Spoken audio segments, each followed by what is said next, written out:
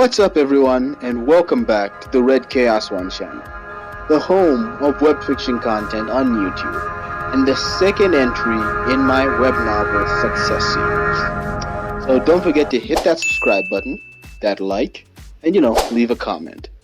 I'd really like to hear your feedback. Also, I am a web novelist, and I'm sure if you've been following me for so long, you know that. I did a previous video recently about that. And my story, Phantom Ddraig, is a high fantasy story with magic, sci-fi fiction, and badass shonen fighting scenes, which you can check out. The links for that in the description below. The story is on Wattpad and Royal. So if you are interested, I would very much appreciate your support. I would very much love your feedback, just as I would very much love your feedback on this video. So, thanks. Now let's get on to the rest of the video. I know what most of you must be thinking. The Kissing Booth is a Wattpad story? But I mean, yeah, look at it. Look at it, and most romance stories on Wattpad.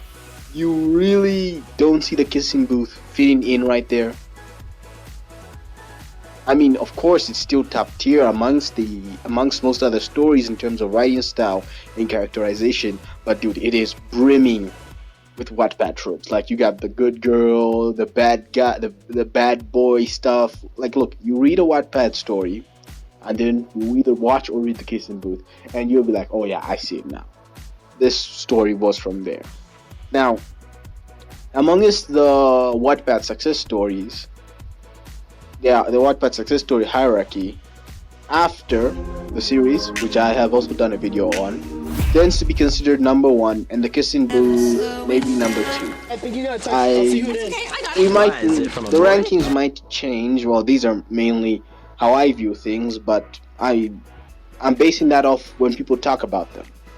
The rankings might change because if you don't know, Wattpad and Webtoon fused into a similar company.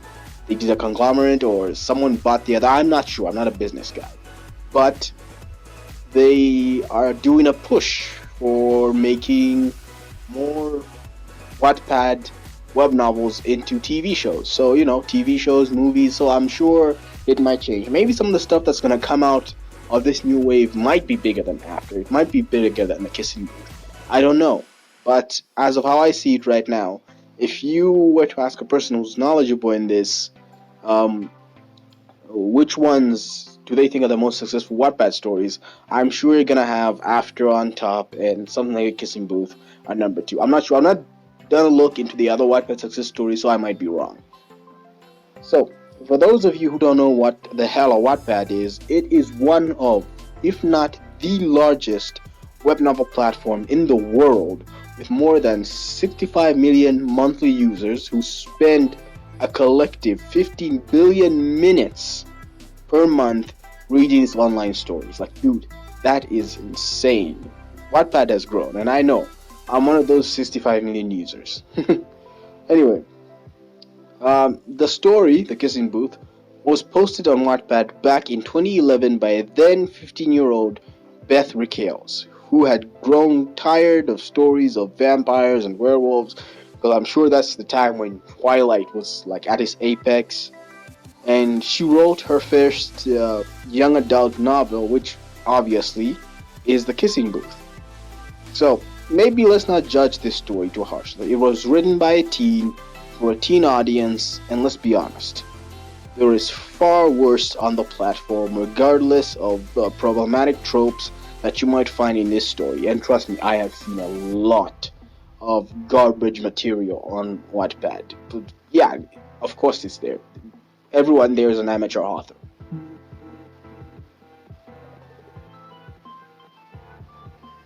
And besides, Beth Rickales has written some other books like Love, Lockdown, and 7 Days of You in 2022, sorry.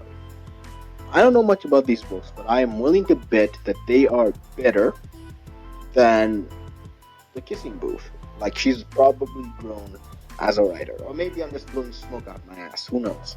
Anyway, as anyone who has been on Wattpad will know, a romance story on Wattpad of all places with a good girl and a bad boy will automatically get you views or reads or whatever you call it yourself. It will become popular.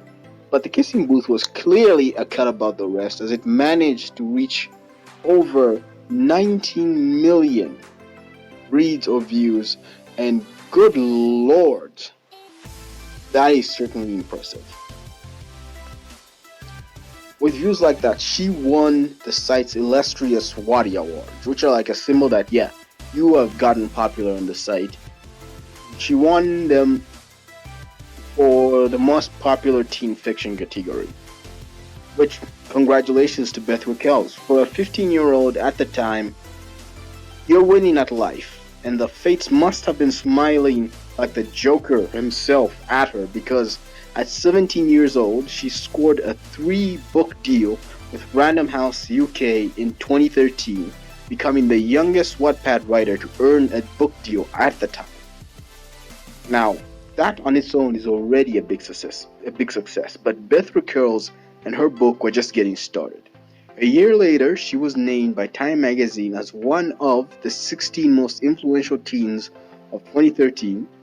She was named in the Times as one of the top 25 under 20 new icons of the generation in 2014.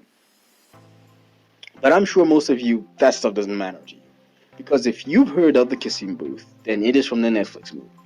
Now, in November 2016, it was announced that Netflix had purchased the rights to film the movies. And the filming began in 2017. I think 2017, yeah. It just sounds about right. And in January 2017, Joey King and Molly Ringwald signed up to star in it. Netflix and Wattpad worked together as a number of ads for The Kissing Booth also ran on Wattpad, driving viewers to the film's page on Netflix. The filming of the first movie took place in Los Angeles, California, and in Cape Town, South Africa, with scenes shot at the University of Cape Town and Ratanga Junction between January and April 2017, and the movie was released on May 11th, 2018 on Netflix. And the film, or really the series, has been savaged by critics who have viewed the story as lazy and amateur, ham-fisted, clumsy, and problematic in some of its tropes.